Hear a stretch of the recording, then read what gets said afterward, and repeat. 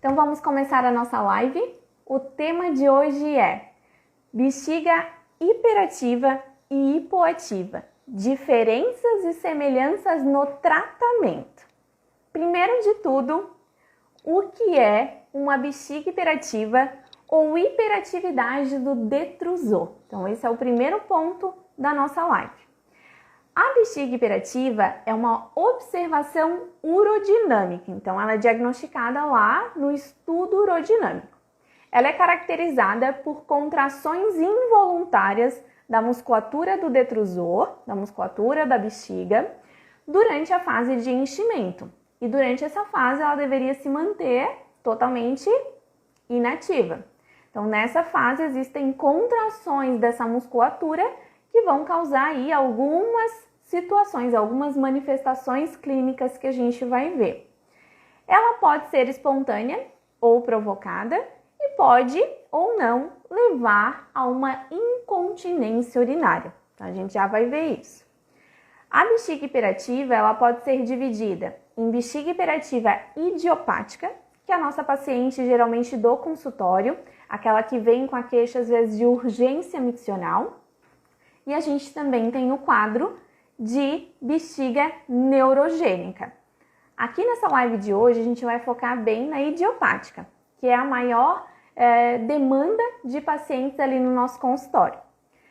As características clínicas da bexiga hiperativa incluem aumento da frequência urinária, urgência miccional, urge incontinência, então a perda urinária aí em decorrência de uma urgência miccional, noctúria, então as idas ao banheiro à noite, eu acordar para ir ao banheiro à noite, redução dos intervalos entre uma micção e outra. Então essas são as manifestações clínicas da bexiga hiperativa. E o que é a bexiga hipoativa, também chamada de hipoatividade do detrusor? Depois eu vou falar de termos de pesquisa para vocês, que a bexiga hiperativa a gente tem bastante artigo na área, a gente consegue achar bem fácil. Já a bexiga hipoativa é difícil até para pesquisar porque são termos diferentes para a mesma disfunção. Então depois eu vou mostrar para vocês alguns terminhos que vocês podem colocar lá no PubMed para encontrar alguns artigos sobre esse tema. Então, o que é bexiga hipoativa? É um sintoma caracterizado por fluxo lento, hesitação, esforço para esvaziar, com ou sem sensação de esvaziamento incompleto e gotejamento pós-miccional. Muitas vezes ela tem alteração no armazenamento vesical. Então, a paciente não consegue ter ali uma boa complacência ou também ela perdeu a capacidade de contração dessa bexiga. Então, tem algumas variações, mas essas são as características clínicas, ó. Fluxo urinário reduzido, elevado volume residual, maior ocorrência de fluxo urinário reduzido ou interrompido, então aquele jato interrompido, jato em partes, hesitação, sensação de esvaziamento incompleto da bexiga. No entanto, existe ainda uma falha em muitos diagnósticos, porque esses sintomas eles se confundem muito com duas situações. Uma nos homens, que é o aumento benigno da próstata ou maligno, e a restrição uretral, algumas restrições uretrais, ali alguns problemas no canal da uretra, que não é por conta da bexiga, né? Essa hipoatividade, esse aumento do volume residual não é em decorrência da bexiga, e sim por alguma falha ali no canal da uretra.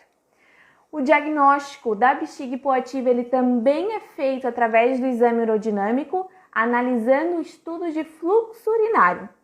Lá na bexiga hiperativa, é analisado através da contração do detrusor durante a fase de armazenamento.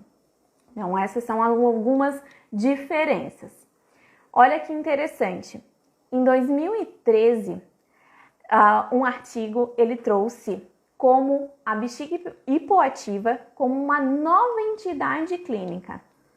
E essa nova entidade clínica ainda é pouco pesquisada. Então, eu fui nas bases de dados e a gente acha poucos artigos na área, poucas revisões ainda, poucos estudos sobre tratamento. Depois eu vou trazer para vocês algumas questões sobre esse tratamento, mas existem muito mais estudos sobre a bexiga hiperativa. Falando de termos aqui, um adendo bem importante. Se vocês forem pesquisar um artigo lá na PubMed ou em outra base de dados, se forem pesquisar, não coloquem como detrusor hipoativo, detrusor hipoative, que os termos em inglês, porque esse termo ele não é reconhecido, tá, para trazer os artigos aí da bexiga hipoativa ou hipoatividade do detrusor. Os termos corretos são underactivity bladder ou detrusor underactivity, tá? Então são termos bem específicos. Outro termo que eu também encontrei em alguns artigos é retenção urinária não obstrutiva. Tá? Então esse é outro termo que é utilizado nos artigos para trazer aí estudos na área sobre a bexiga hipoativa. Conseguiram entender aí as diferenças? Então aqui eu trouxe para vocês primeiro a definição, manifestações clínicas e como é feito esse diagnóstico. O quadro de urgência miccional a gente vai caracterizar lá no nosso consultório através de um diário miccional. Mas diagnosticar hiperatividade do detrusor, isso só acontece através do estudo urodinâmico. Então isso é bem importante que a gente não pode diagnosticar lá no nosso consultório essas duas disfunções no caso, As duas são diagnosticadas através do estudo urodinâmico. Deixa eu só tomar uma aguinha.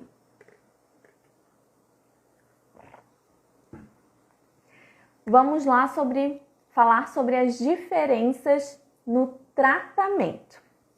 Primeiro, com relação ao diário miccional. Jéssica, mas diário miccional não é avaliação? É sim uma avaliação, mas através do diário a gente consegue montar várias estratégias para o tratamento. Então é uma excelente ferramenta em ambos os casos. Então a gente vai ter só algumas diferenças bem importantes aqui do que observar. Lá no diário miccional, então a gente vai investigar isso de forma geral, tanto para bexiga hiperativa quanto para hipoativa. A gente vai investigar quantas vezes a paciente vai ao banheiro ao longo de 3 dias, quanto tempo de intervalo entre uma micção e outra, quantos ml foram ingeridos e quantos ml foram eliminados, sensação de urgência miccional, sensação de esvaziamento incompleto e outras informações que você achar pertinente para aquela paciente, dependendo da queixa que ela te falar ali no momento da anamnese. Para paciente com bexiga hiperativa, quais os objetivos principais com base no diário miccional? Então vamos lá, anota isso é bem importante. Aumentar o tempo entre as micções, porque aqui a minha paciente está indo 20 vezes ao banheiro. O normal é de 8 a 10 e de 2 horas e meia a 3 de intervalo.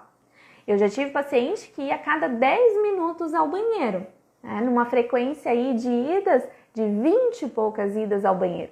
Então esse é um ponto que a gente precisa trabalhar. Então aumentar o tempo entre as micções, reduzir a quantidade de idas ao banheiro, então eu quero reduzir essas 20 e poucas idas e reduzir o quadro de urgência miccional.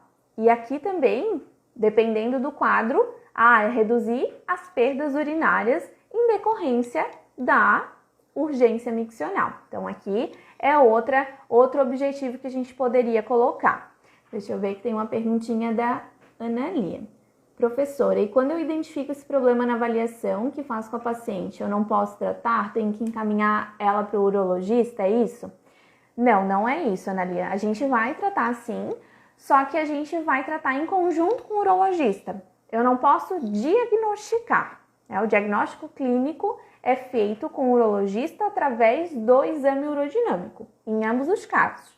Mas a gente vai tratar sim. E eu já posso começar a tratar, a não ser, por exemplo, uma paciente de bexiga hipoativa, ela pode ter uma restrição ali, né, uma obstrução à saída de urina. Então, isso é um sinal de alerta que a gente tem que encaminhar ela para o urologista para fazer todos os exames necessários para que a gente não prejudique o quadro dela. Porque se ela tem uma obstrução de saída, mesmo que eu trabalhe ali a bexiga, a parte de cima, eu posso gerar o quê? Um refluxo, né? Um refluxo dessa urina. Não para a uretra, mas sim para os uretérios. Então, isso é um ponto bem importante de a gente analisar. Essas alterações a gente sempre vai encaminhar para o médico e a gente vai pedir para o médico aí fazer os exames, ter toda a anamnese ali com a paciente. A Márcia perguntou se a gente pode solicitar o exame urodinâmico. Não, o exame urodinâmico ele é feito através do urologista. A gente vai encaminhar essa paciente para o urologista, tá? Pessoal, continuando. O diário miccional com a paciente com bexiga hipoativa. Quais os objetivos com base nesse diário da paciente? O que a gente vai incluir ali? Reduzir o tempo entre as micções, porque geralmente essa é uma paciente que não vai todas as vezes ao banheiro, né? Fica hesitando, fica deixando chegar ali num volume grande, porque ela não sente nem sempre o desejo miccional. Então, a gente vai reduzir esse tempo entre as micções. Aumentar a quantidade de idas ao banheiro. Vocês já devem ter visto no consultório pacientes que vão 3, 4 vezes ao banheiro ao longo do dia. Né? Então, a gente precisa aumentar essas idas, a frequência de idas ao banheiro. E reduzir também a sensação de esvaziamento incompleto que pode acontecer também nessas pacientes. Então, essa paciente que tem uma bexiga hipoativa, ela pode ter essa sensação de aumento do volume residual, de sensação de esvaziamento incompleto. Então, tudo isso a gente vai ter que ajustar também, tá? A gente já vai falar sobre isso. E assim, a gente vai começar, através desses objetivos, o treinamento comportamental. Então, por exemplo, preciso ajustar a água? Vou ajustar de acordo com o peso dessa paciente. Preciso aumentar ou reduzir essa água? Preciso mudar o formato, né? O horário dessa ingesta de água? É uma paciente que tem muita noctúria, então eu vou tentar reduzir essa ingesta de água lá à noite. Hoje mesmo no consultório eu estava com uma paciente que ela estava me relatando que ela está com noctúria, só que ao longo da noite ela está ingerindo uma quantidade muito grande de água. Ela relata acordar com muita sede. E isso pode ser até pelo uso do ar-condicionado, agora com muito calor, o quarto está muito seco, o tempo está muito seco, então a nossa garganta ela começa a ressecar. Então quem sabe ali naquele momento colocar um umidificador de ar, tentar não tomar tanta água ali ao longo da noite, isso é alterar comportamento. Que isso a gente vai poder fazer com a nossa paciente num tratamento de bexiga hiperativa ou hipoativa. Então esse é um ponto bem importante para a gente trabalhar. É uma paciente que não vai ao banheiro fora de casa. A gente precisa trabalhar isso com ela. Porque se a paciente tem uma bexiga hipoativa, quanto mais cheia essa bexiga ficar, pior vai ser. Porque quanto mais esticado estiver esse músculo, pior vai ser para ele contrair, para ele eliminar a quantidade ideal de urina. Então, são pontos bem importantes para a gente trabalhar aí com essa paciente. Com relação ao assoalho pélvico, também existem algumas diferenças. Então, vamos ver quais são essas diferenças dependendo do quadro da paciente. Para a paciente com a bexiga hiperativa, a gente precisa, além da neuromodulação, que é quando a gente pensa na paciente com bexiga hiperativa, vou usar a neuromodulação. Mas o tratamento dessa paciente não é só isso. Eu preciso sim trabalhar assoalho pélvico com ela. Eu recebi uma paciente no meu consultório que ela havia feito 4 sessões de fisioterapia pélvica com quadro de bexiga hiperativa e ela só tinha feito neuromodulação. Então precisa ser feito todo um trabalho em conjunto, porque só a neuromodulação não é suficiente. A gente precisa também ampliar essa nossa vertente de tratamento. Para paciente com bexiga hiperativa, então esse treino de força e de função de assoalho pélvico, ele deve ser feito. E qual o objetivo disso? O objetivo é fazer com que a contração de assoalho pélvico, no momento que a paciente começar a ter o desejo miccional, essa contração de assoalho pélvico vai inibir esse desejo miccional. Ela vai, através do reflexo A3 de Marroni, mandar informação lá para o córtex e dizer, olha, detrusor, não é o momento de contrair agora. Então, através da contração de assoalho pélvico, eu vou inibir a contração do detrusor. Jéssica, isso acontece já de cara num tratamento? Não. Principalmente se é uma urgência bem considerável e se é uma paciente que não tem uma boa característica de força e de função muscular. Então, a gente vai precisar trabalhar também com ela todas essas questões de consciência perineal, de ativação da musculatura, trabalhar essa função para que ela consiga inibir essa ativação de detrusor no momento de armazenamento vesical. Então, é importantíssimo que a gente trabalhe isso em conjunto. Para a bexiga hipoativa, algumas pacientes existe aí uma tensão da musculatura de assoalho pélvico e dificuldade no relaxamento no momento da micção. Aquela paciente que às vezes faz contrações no momento da micção, né? Não por querer fazer, às vezes de forma involuntária, né? Então, isso também é uma questão que a gente vai trabalhar com ela. O que vai dificultar a saída de urina. Então, o trabalho ele vai ser centrado na coordenação, que também deve ser incluído ali no nosso planinho de tratamento. Então, coordenar o que é contração, que é relaxamento, que lá no momento da micção eu não posso contrair, lá eu tenho que manter totalmente relaxado, e isso a gente vai trabalhando ao longo das sessões também. Cibele já responde essa tua perguntinha, ela questionou sobre tibial ou parasacral. A gente já vai falar sobre as formas de neuromodulação. Pensando nesse treinamento da musculatura para ambos os casos, dependendo da avaliação de assoalho pélvico da nossa paciente, a gente vai usar os recursos que a gente tem, como eletroestimulação, biofeedback, TMAP de forma isolada, TMAP com toque, associando com atividade funcional, uso de bolinha de Benoit para gerar propriocepção, cones vaginais, tudo isso a gente pode utilizar a fim de estimular a musculatura, tá? Consequentemente, estimulando essa musculatura, a gente vai melhorar o quadro tanto de urgência miccional, quanto também essa característica de sensação de esvaziamento incompleto provocado aí pela bexiga hipoativa. Ainda sobre as diferenças, no quadro de bexiga hipoativa, né, que a gente tem aí um quadro bem complexo, onde a paciente não consegue esvaziar essa bexiga, é utilizado o cateterismo intermitente. Então, quadros onde não tem outra solução, ela vai precisar fazer esse esvaziamento através do cateterismo. Tá? Esse é um ponto aqui que os estudos trazem que é efetivo para esse esvaziamento. Padrão alimentar e estresse vão influenciar diretamente na bexiga hiperativa.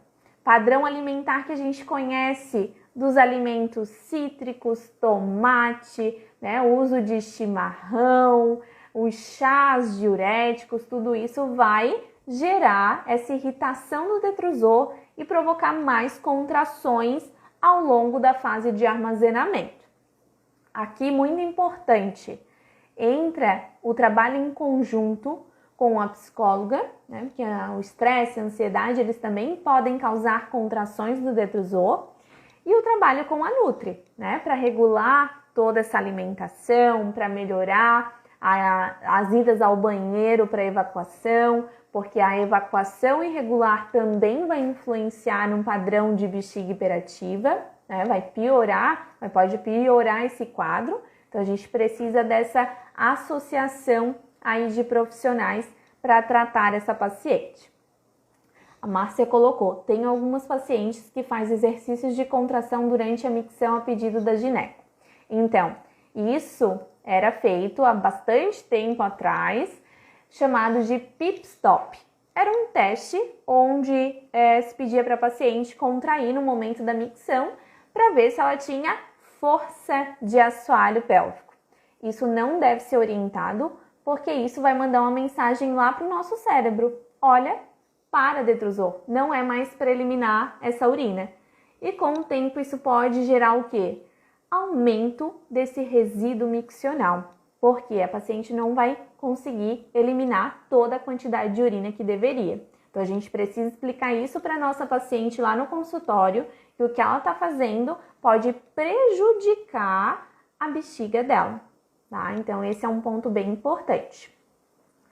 Pessoal, alguma dúvida até agora? Coloquem aqui nos comentários, que agora a gente vai falar sobre semelhanças no tratamento dessas pacientes.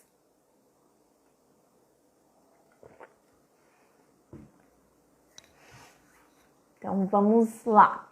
Sobre semelhanças, quando a gente fala de etiologia, tanto da bexiga hiperativa quanto da hipoativa, um fator de risco muito importante e de ambos os casos é a idade, tá?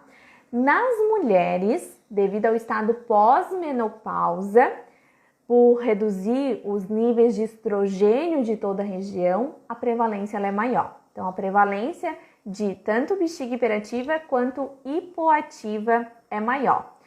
Outro ponto bem complexo aqui, que a gente vê muito no consultório, de ambos os casos também, são os prolapsos genitais, né? Então, ele também está associado ao aumento do risco de bexiga hiperativa e hipoativa e, consequentemente, o nosso trabalho nos prolapsos vai causar melhora aí do quadro de urgência ou uma sensação de esvaziamento incompleto. Porque se a gente pensar na anatomia, né, um prolapso da parede vaginal anterior, uma cistocele, ele pode prejudicar ali o esvaziamento. Existe uma dobra, né, uma queda dessa bexiga e vai ficar ali um aumento do resíduo.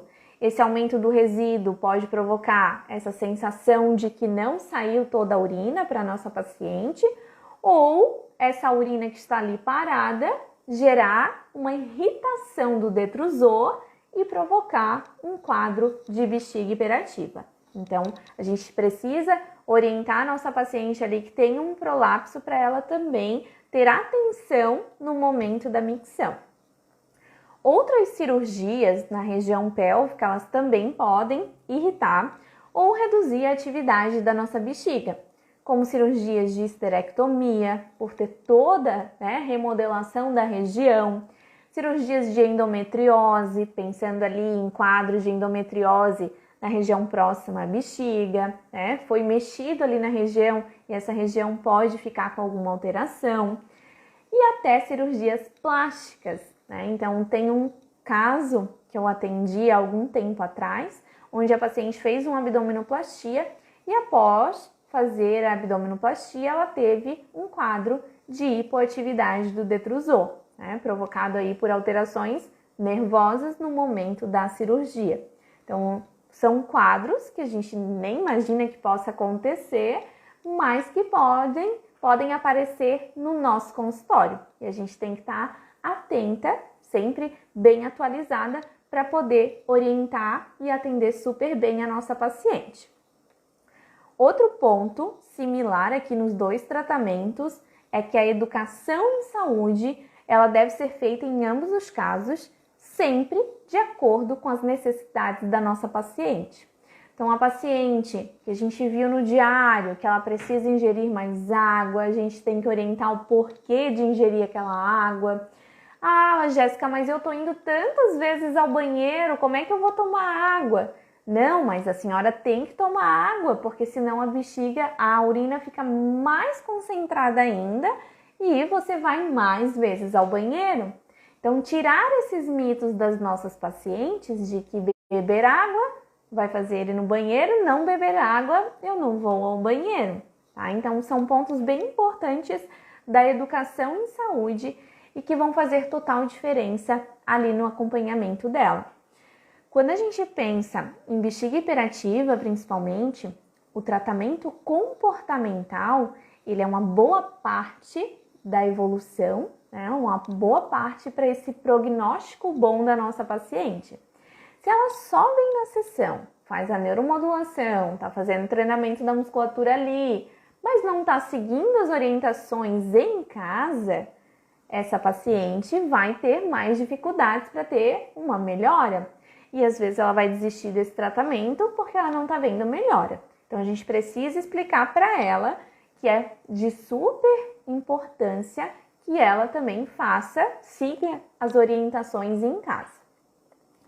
A Ana Paula colocou, os pacientes têm essa ideia mesmo de evitar beber água. Isso é muito comum.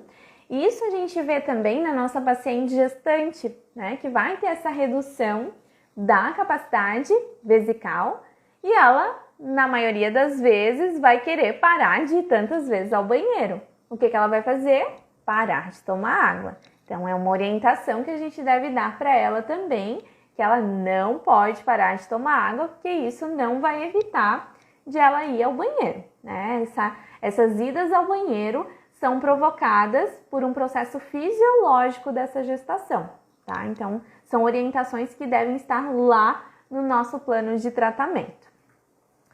Sobre a neuromodulação. Então, a gente chegou num ponto aqui que é muito perguntado aqui no meu Instagram, as minhas alunas perguntam bastante, porque quando a gente pensa em bexiga hiperativa, a gente pensa em neuromodulação. Mas eu tenho que entender que a neuromodulação ela tem evidência para ambos os casos. Mas Jéssica, como é que eu vou aumentar ali a atividade, né? Como é que eu vou reduzir a atividade de uma bexiga que já está com atividade reduzida? Mas por que tu vai reduzir a atividade? Porque tu está usando neuromodulação? Então, a gente sempre pensa nisso. Por que a gente vai usar neuromodulação com a paciente de bexiga hiperativa e hipoativa? Porque o objetivo da neuromodulação é normalizar a função. Esse é o conceito de neuromodulação. Então, eu quero normalizar a função. Então, eu quero normalizar, né? Deixar a bexiga normoativa, uma bexiga hiperativa e uma bexiga hipoativa. Tá? Então, para ambos os casos, eu vou utilizar sim a neuromodulação. Quais os parâmetros, lugar de aplicação, tudo isso a gente vai falar nessa live. Para a bexiga hiperativa, o tibial ele tem mais evidência. É um artigo de 2022, publicado pelo nosso laboratório aqui de Floripa, o Lazan. Já na hipoatividade vesical, os artigos eles citam mais o parasacral, tá? Então, de tibial para bexiga hiperativa, a gente já tem bastante evidência comprovando que é a melhor técnica. Jéssica, mas eu não posso usar parasacral também para bexiga hiperativa? Olha, se as evidências estão mostrando que é melhor, que é mais efetivo o tibial, por que não começar pelo tibial? A não ser que seja uma paciente que tenha alguma alteração de sensibilidade em membro inferior, daí sim a gente vai usar o parasacral. Outra paciente que a gente pode usar o parasacral, quando eu não tive resultado no tibial, daí eu posso utilizar o parasacral. Tá? Mas, primeiro momento, já utiliza o tibial, depois pensa em uma outra vertente de tratamento. Para a hipoatividade, então, como eu falei, nos artigos é mais citado o parasacral. Em algumas pacientes que não têm alguma eficácia aí com tratamento conservador, né, com tratamento fisioterapêutico, é colocado um implante na região sacral. Para quê? Para a todo momento esse implante mandar essa informação ali para a bexiga para ela contrair. Né? Nesse caso de bexiga hipoativa, a gente precisa mandar informação para ela se ativar. Diferente lá da bexiga hiperativa, que eu preciso reduzir essa atividade do detrusor. Quais são os parâmetros que nós devemos utilizar? Para ambos os casos, são citados na literatura 10 Hz de frequência, 200 de largura de pulso e 30 minutos de aplicação. Tá? Esses são os parâmetros mais citados na literatura. E daí vai surgir lá na cabecinha de vocês a ideia de que eu não vou deixar minha paciente 30 minutos ali sem fazer nada só com a neuromodulação. Não é isso que vocês estão pensando? Coloca aqui nos comentários para mim, sim ou não. Porque muitas alunas perguntam se a gente pode fazer algo dentro desses 30 minutos junto com a neuromodulação. Quero saber de vocês, se vocês têm essa dúvida também.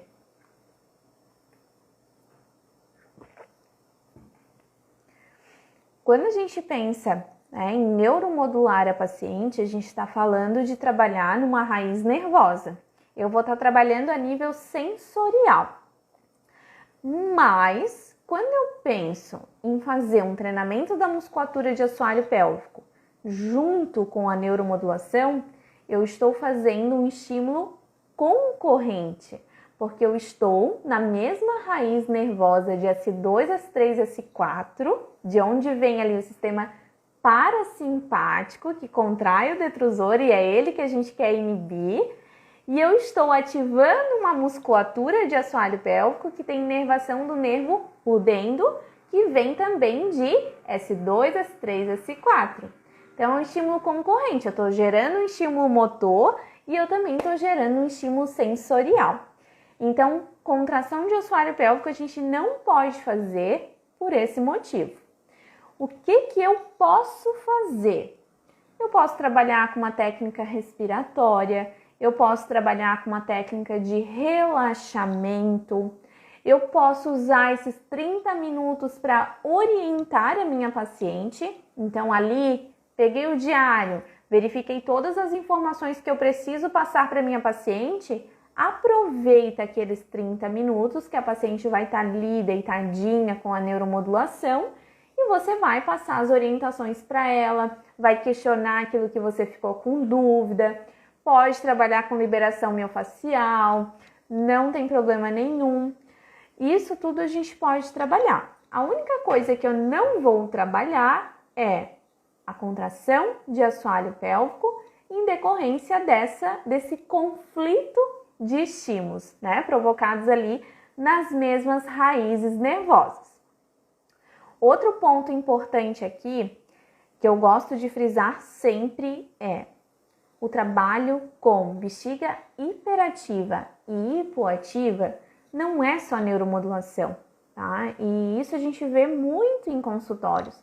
Eu vou colocar a minha paciente na neuromodulação e tá tudo certo, é isso que tem que fazer.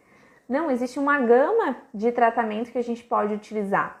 A gente viu que através do diário miccional eu posso passar várias orientações, terapia comportamental para essa paciente, uso do TMAP, né? Tanto para suprimir ali o desejo miccional, quanto também para auxiliar no relaxamento da musculatura durante a micção. Então, esse trabalho ele não pode ser centrado só na neuromodulação.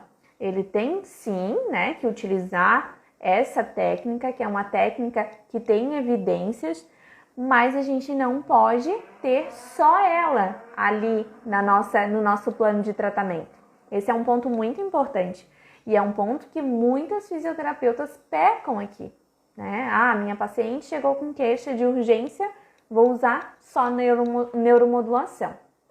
a paciente vai ter uma melhora, né? A neuromodulação ela tem bastante eficácia, porém a gente poderia melhorar muito mais para nossa paciente se a gente usasse todas essas chavezinhas que a gente pode usar, né? Todas essas técnicas que a gente pode usar.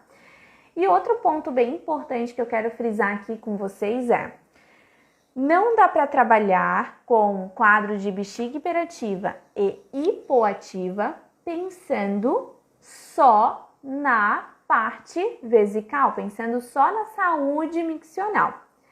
Eu falei, né, no meio da live sobre o padrão evacuatório da minha paciente, que se a minha paciente tiver aí uma constipação, ela pode sim irritar ainda mais essa bexiga.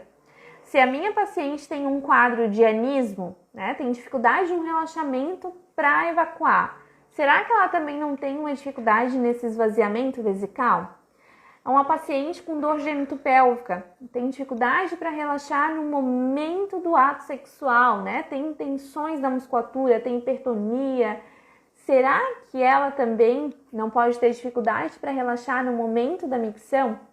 Então, toda essa visão global do quadro da minha paciente, eu só vou conseguir ter a partir do momento que eu faço uma anamnese com ela de forma global. E eu também vou propor estratégias para suprir todas essas demandas dela. Não adianta eu querer trabalhar só uma coisa, né? Separar em caixinhas, saúde urinária, saúde sexual, saúde evacuatória. Não, eu preciso trabalhar tudo, preciso trabalhar em conjunto. Ah, se é uma paciente que tem perda urinária ao esforço, né? Perda urinária, uma incontinência urinária mista, na urgência e no esforço. E ela tem um quadro de hiperatividade. O que eu vou trabalhar primeiro? A gente vai trabalhar em conjunto, mas a gente sempre vai dar atenção primeiro ao quadro que incomoda mais a paciente. A urgência é a perda urinária, mas a gente vai trabalhar em conjunto. E quando eu falo em trabalhar em conjunto, é trabalhar a neuromodulação sim, mas trabalhar também o TMAP, trabalhar pré-contração, verificar o porquê dessa perda urinária ao esforço. Então, tudo isso a gente vai atuar num quadro desse, né? Num quadro de uma paciente que tem um quadro de incontinência urinária mista, tá? Para incontinência urinária mista, usa-se os mesmos parâmetros da neuromodulação? Sim, Márcia, os mesmos parâmetros, porque a gente vai tá trabalhando aí essa urgência miccional, então a gente vai trabalhar com tibial e vai trabalhar com aqueles parâmetros que eu coloquei, que é o 10 Hz de frequência, 200 de largura de pulso e os 30 minutos de aplicação. Mas lembrando, fazer todo esse trabalho em conjunto também da musculatura de assoalho pélvico, tá? Isso é muito importante.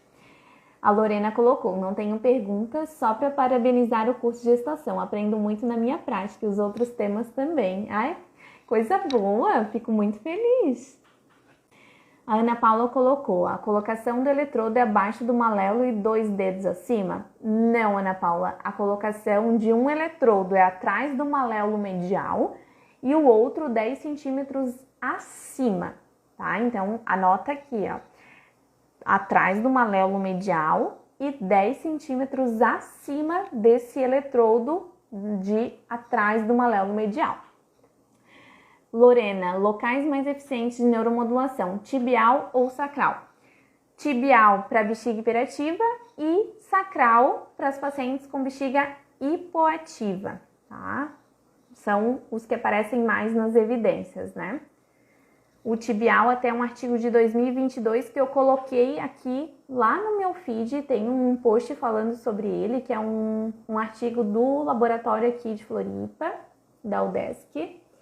A Márcia colocou, posso trabalhar tibial e parasacral ao mesmo tempo? Olha, Márcia, não tem nada comprovando que isso é mais efetivo e, na minha opinião, não vai ser nada confortável para a paciente ter 2 correntes ali ao mesmo momento. Então, eu nunca fiz dessa forma e acredito que boa parte das fisioterapeutas também não fazem, mas a gente sempre tem que usar o que as evidências colocam pra gente. Eles colocam que deve ser colocado somente um posicionamento e utilizar o posicionamento com maior evidência, que é o tibial.